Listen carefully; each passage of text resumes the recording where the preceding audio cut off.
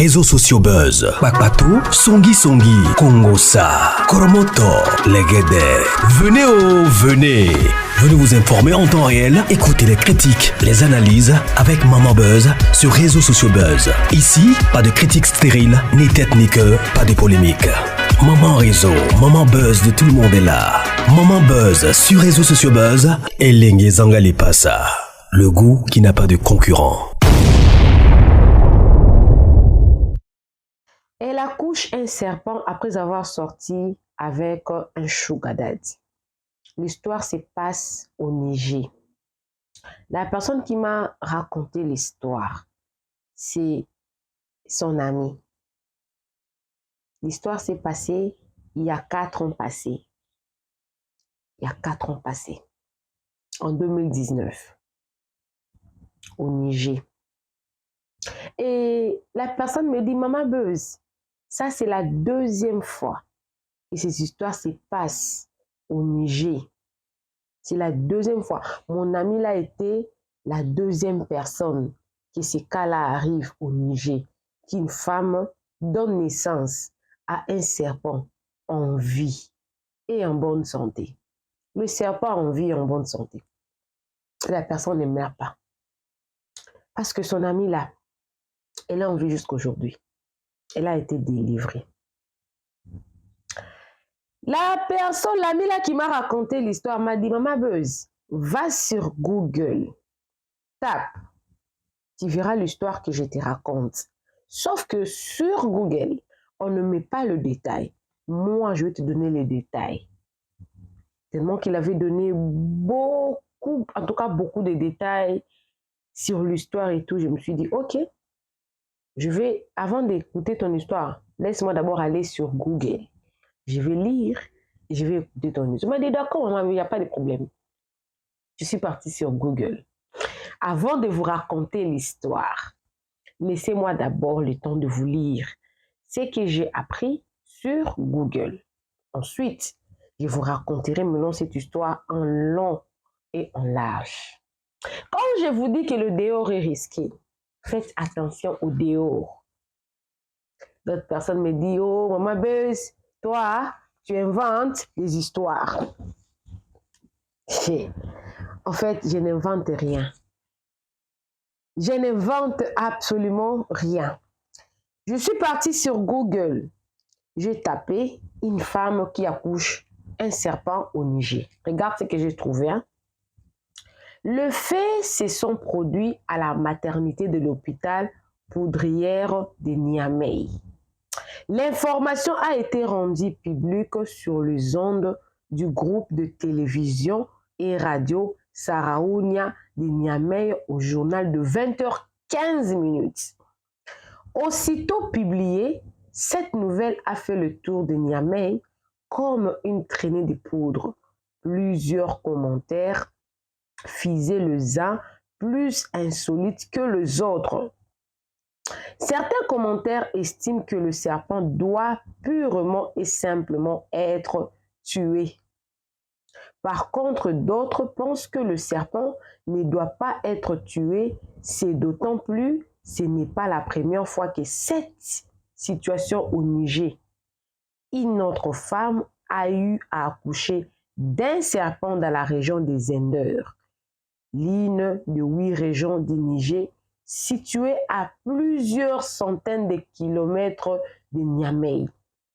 Pour le cas de cette dernière, après avoir mis au monde le serpent, un enfant a suivi. Ça. Je suis rentrée maintenant vers son ami là pour écouter l'histoire. Il me dit, Maman, je te raconte cette histoire parce que si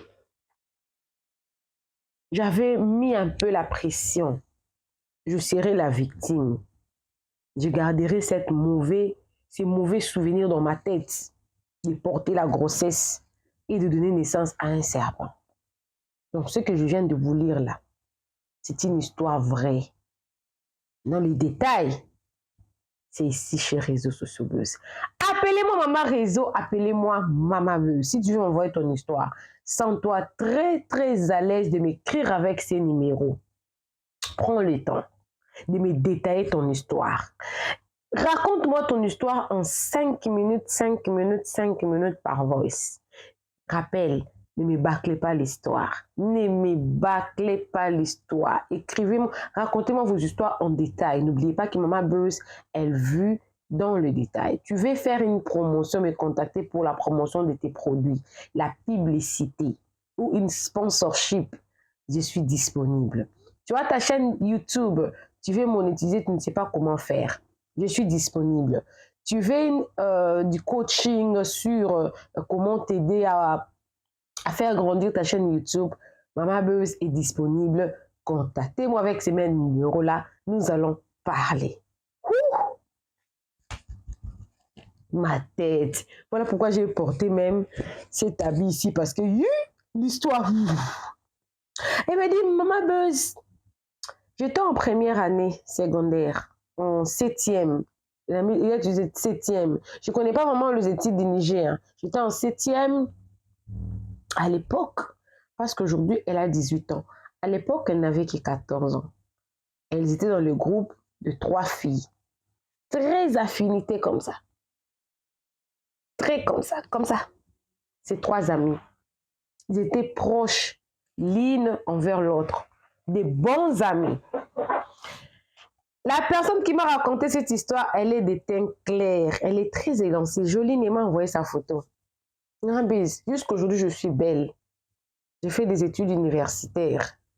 Et mes parents m'ont éloignée de cette ville pour essayer de me protéger. Parce que c'est fut vraiment un scandale. Un scandale. On parlait bien, on était bien, des très bons amis. Un jour, on a fini les cours en rentrant parce qu'on avait l'habitude de marcher à pied. Et en rentrant, on voit une voiture s'arrêter. C'était une voiture, comment dire, Jeep. On avait appelé une voiture Jeep. Hein? C'est arrêté tout. On marchait, la voiture nous a dépassés et la voiture est partie s'est stoppée devant nous. On est arrivé, la personne a fait descendre le rétroviseur, la vitre et tout, le window, voilà. Salut les demoiselles, salut. C'était un papa, pas un jeune, parce qu'on pouvait comprendre que c'était un jeune. Ce n'est pas un jeune, Maman Buzz, c'était un papa. Il était beau, mais c'était un papa quand même. Le papa là m'a posé la question. Salut, comment tu vas? Tu t'appelles comment? Elle dit, Maman Buzz, j'ai donné mon nom parce que la personne voulait que je donne aucun détail. Même pas le nom fictif. Elle a refusé carrément, non. Je ne sais pas, je respecte son opinion. Le monsieur m'a posé à moi la question, moi. Je lui ai dit que mon nom était tel. Il m'a dit, ah, tu es très belle. J'aimerais qu'on parle. Comme tu es avec tes amis, est-ce qu'il y a un numéro de téléphone que je peux te contacter avec? Elle dit non, je n'ai pas de téléphone, je n'ai que 14 ans. Et puis le monsieur dit, mais 14 ans, il n'y a pas de problème, tu es déjà une grande fille. Elle dit non, non, je ne peux pas. Je n'ai pas de téléphone, mais je ne peux pas aussi me rencontrer avec toi en privé parce que mes parents ne voudront pas. Mes parents connaissent l'heure à laquelle je finis les cours et je rentre à la maison. Non. Son amie, à l'époque, elle avait 15 ans. Et l'autre ami là également, il avait 15 ans. Son ami là avait un téléphone. Elle s'est précipitée de dire que, ok, moi j'ai un téléphone. Si tu veux parler avec elle, tu peux toujours m'appeler moi. Nous sommes dans la même classe, nous habitons le même quartier. Donc, à n'importe quelle heure que tu voudras parler avec elle, moi je vais la passer le téléphone. Comme ça, vous allez parler avec elle. Elle a dit, maman, mais je réfléchis. Je dis, non, c'est pas, les donne, non, ah, tu connais pas, là, l'argent et tout. Elle dit, maman, Si je disais que je n'enviais pas, j'enviais. À 14 ans, je connaissais déjà les hommes. Parce que j'avais mon copain. J'avais 14 ans, mais j'avais mon copain. Parce que je ne voulais pas vous mentir que moi, j'étais une sainte. Je n'étais pas une sainte. Sauf que je n'ai jamais sorti avec quelqu'un qui était plus âgé que moi, comme ces papas-là. J'avais aussi peur, vu mon âge. Mon ami là a pris le numéro, il a remis à ces messieurs. Et quand il est rentré à la maison, la voiture qu'elle avait vue, elle a commencé un peu à penser un peu. Bon, les mauvais compagnons corrompent les bonnes mœurs. Faites attention aux compagnons. Faites toujours attention aux compagnons. Et le lendemain, son ami là a commencé à dire, hey, ce papa-là, il est beau, avec sa voiture. Imagine un peu, moi dans cette voiture-là, ce papa-là et tout. Tellement que son ami là l'avait inventé ces papas-là. Elle, la personne qui m'a raconté l'histoire, avait fait des idées dans sa tête. Sauf que elle attendait l'appel de ces papas-là, non? À travers son ami. Ok, comme tu as dit, on attend qu'il appelle. S'il appelait, il voudrait qu'on puisse se voir. Je vais aller le voir. Parce que l'amie là, elle avait tellement encouragé dans cette histoire. Elle était vraiment... Elle était confiante. Voilà, elle avait donné beaucoup de confiance. Une semaine, 2 semaines, 3 semaines, 1 mois, 2 mois, 3 mois. Le papa là n'appela jamais. Il n'appela jamais la personne qui m'a raconté l'histoire. Le papa là ne l'appela jamais. Sauf que, après 3 mois, un jour, on voit la même voiture parquée à côté de l'école. Pourquoi la voiture avait parqué? Parce que la fille là, son numéro ne passait pas et que le papa là avait besoin d'elle.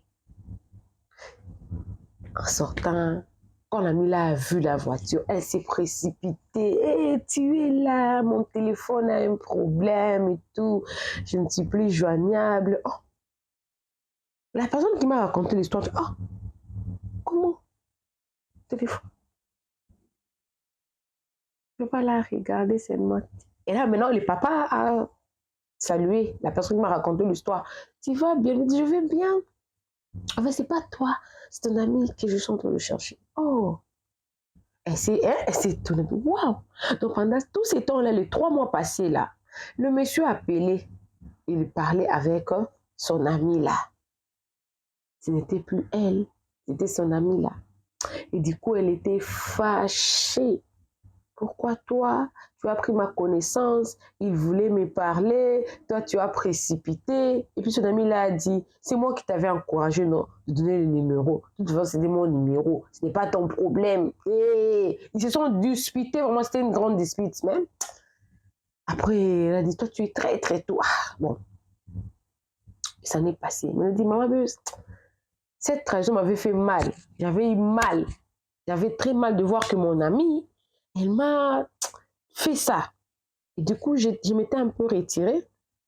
J'ai parlé avec elle, mais c'était plus beaucoup. Parce que j'avais compris qu'il parlait déjà avec ses papas-là. Après, je crois 6 mois, leur ami-là ne venait plus à l'école. Ils habitaient dans le même quartier. Elle ne se voyait pas aussi dans le quartier. Elle est rentrée, donc elle ne se voyait pas.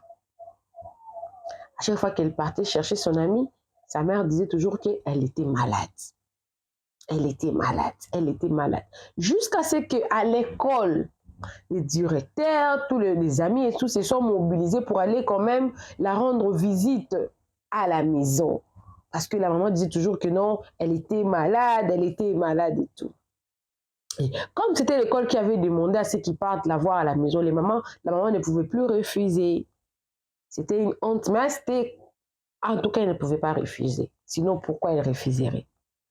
Les directeurs, les autres élèves de la classe se sont mobilisés pour venir la voir. Or, elle était enceinte.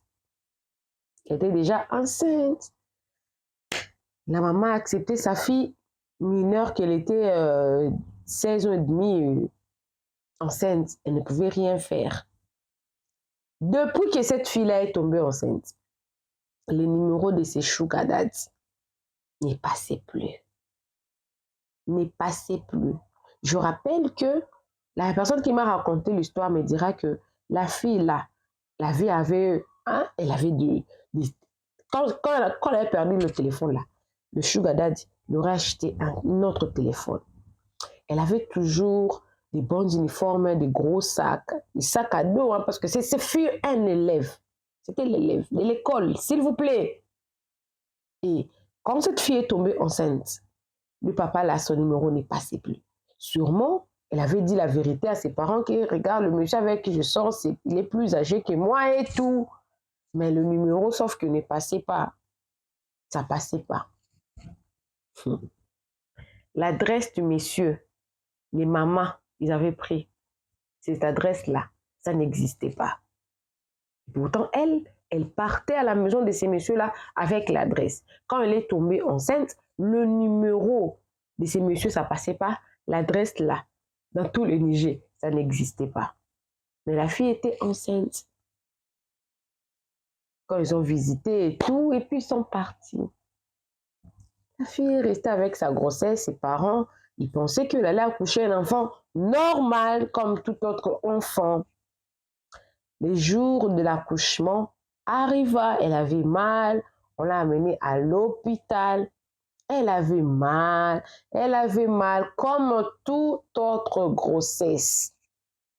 Elle avait mal. Et du coup, la douleur de l'accouchement est arrivée, l'heure à laquelle on pousse. Quand on lui demande de pousser, c'était même pas la tête de l'enfant. C'était le serpent qui sortait à partir de son jardin secret. Un beau serpent noir qui sortait très calmement. Les serpents. Il me dit, maman Beuse, les serpents, parce que si j'avais encore cette vidéo-là, j'allais t'envoyer la vidéo, comme ça tu allais poster, mais je ne pouvais pas aussi poster la vidéo parce que YouTube allait bloquer, vous pouvez même enlever la monétisation parce que déjà montrer la femme là-bas, c'est déjà interdit sur YouTube. Mais les infirmiers de l'hôpital avaient filmé la scène. Il m'a dit, cette vidéo avait fait le buzz aussi sur, à l'époque, 4 ans passés, il n'y avait pas comme l'Internet est devenu aujourd'hui. Peut-être parce que l'histoire ne s'est pas beaucoup fait entendre dans le monde entier. Voilà pourquoi la personne m'avait ramené d'abord sur Google avant de me raconter l'histoire. Parce qu'elle s'est posé beaucoup de questions. Peut-être que je ne pouvais pas aussi croire. Effectivement, je n'avais pas cru. Je n'ai pas cru. Mais j'avais pu croire parce que dernièrement, là, quand je vous ai parlé de Ngaliema, la fille là qui avait accouché des poules là, des petites poules, il était décédé. C'était vrai. Sauf qu'au Niger là-bas, hein, ils avaient filmé quand le serpent sortait. Les serpents en vie, bois noir, en bonne santé. En bonne santé. Que les infirmiers enlèvent les plancetta ou quoi? Le serpent est sorti. Ils l'ont capturé. Ils l'ont pris quelque part dans une boîte là. Serpent vivant. Serpent vivant. Avec la vidéo, ça avait vraiment fait la tour. Et du coup, ses parents l'ont fait asseoir. Le monsieur là, est-ce que tu peux tu peux décrire ces messieurs? Parce que là, c'était grave. Un humain ne peut pas donner naissance à un serpent. C'était dans le journaux. Comme je venais de vous lire au début de ma vidéo là. C'était dans les journaux. C'était partout. La fille a commencé à raconter maintenant. On partait dans cette maison. L'adresse là d'ailleurs, les parents ont cherché, ça n'existait pas. Le numéro qu'elle avait donné, ça ne passait pas. Elle a maintenant commencé à expliquer comment ça s'est passé quand elle couchait avec ses papas-là. Elle me dit, maman, je ne me suis jamais souvenu de l'acte sexuel passé entre moi et les messieurs. Comment? À chaque fois qu'on avait rendez-vous, quand je partais chez lui, je me retrouvais toujours, on finit déjà hein, de faire comment dire, je peux te dire, au ministère catholique du combat, on dirait adoration. On finit déjà d'adorer. Voilà, on va utiliser comme ça. On finit déjà d'adorer et je me réveille. Pourquoi? Parce que à chaque fois que je partais là-bas, le monsieur me donnait toujours un jus. Le jus était toujours jaune, comme un jus d'orange. Et quand je prenais du jus, après quelques minutes, je ne me retrouvais plus. Et quand je me réveillais toujours sur le lit. J'étais nue. De toute fois où je partais là-bas, ça s'est passé comme ça. Bon, il me disait toujours que c'était comme ça, il ne voulait pas me faire mal et qu'il m'aimait. Et moi, je croyais en lui. Alors, elle s'est posé beaucoup de questions. Peut-être aussi, elle n'était pas en train de coucher avec le monsieur.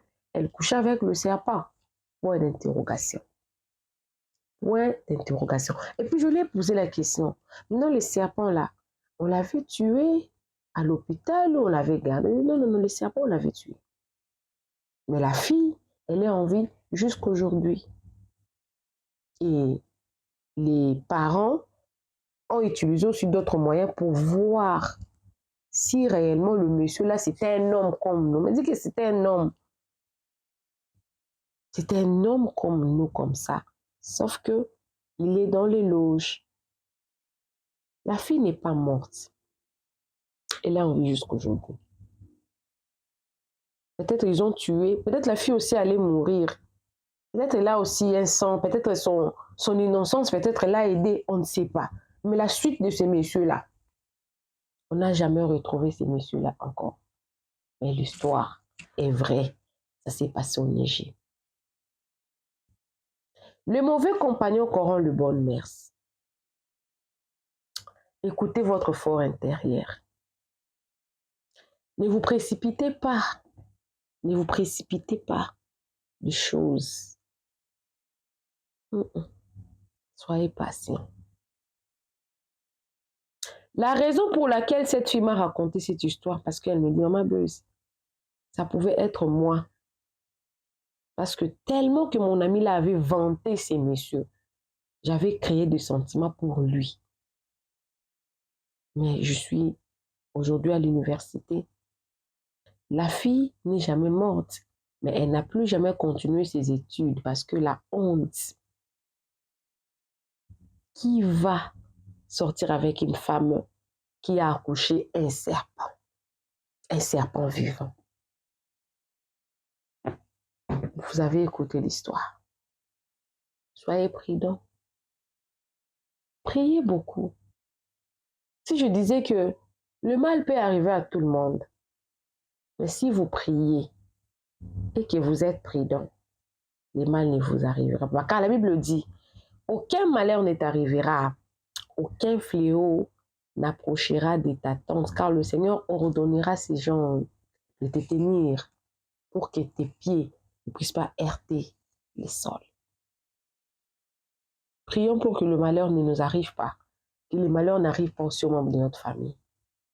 Cette fille, sa vie est restée comme ça, mais elle n'est pas morte. J'ai dit maintenant à la personne qui m'a raconté l'histoire, c'est aussi une forme de mort. Parce que quand tu ne sais rien faire de ta vie, c'est comme si tu étais mort. Mais je me suis accrochée encore à la parole de Dieu qui dit encore, tant qu'il y a la vie, un chien vivant vaut mieux qu'un lion mort. C'est qu'il y a de l'espoir pour toute personne qui est encore en vie. Même si cette personne est décédée, il y a toujours de l'espoir quand on dit Dieu un mot. Mais n'empêche que vous soyez prudents. Soyez prudents, protégez-vous. Aujourd'hui, je dis toujours aux gens, ne sortez pas avec des inconnus. Prenez le temps de comprendre cette personne-là, il sort d'où, il est avec qui, il fait quoi. Prenez le temps. Aujourd'hui, il y a des histoires. Je me dis toujours que ces histoires existaient déjà depuis longtemps, sauf qu'il n'y avait pas d'Internet comme il y a Internet aujourd'hui. Mais le dehors est risqué. Appelez-moi Maman Réseau, appelez-moi Maman Buzz. Alors, si tu veux m'envoyer ton histoire, sens-toi très à l'aise de m'écrire avec ces numéros. Prends le temps de m'expliquer ton histoire. en 5 minutes, 5 minutes, 5 minutes, mais donnant vraiment beaucoup de détails possibles sur ton histoire. Ne bâclez pas l'histoire, n'oubliez pas. Maman Buzz, elle vit dans les détails. Moi, je réside dans les détails. Je ne vais pas mentir. Maman Buzz réside, je vis dans les détails. Je réside dans les détails. Explique-moi ton histoire. N'enviez personne. Ne soyez pas pressés. Écoutez votre cœur. Soyez prudents. Ne sortez pas avec n'importe qui. Car les dehors est risqué. On se retrouve prochainement dans une nouvelle vidéo. Que Dieu vous bénisse abondamment. Bisous, bisous. Bye.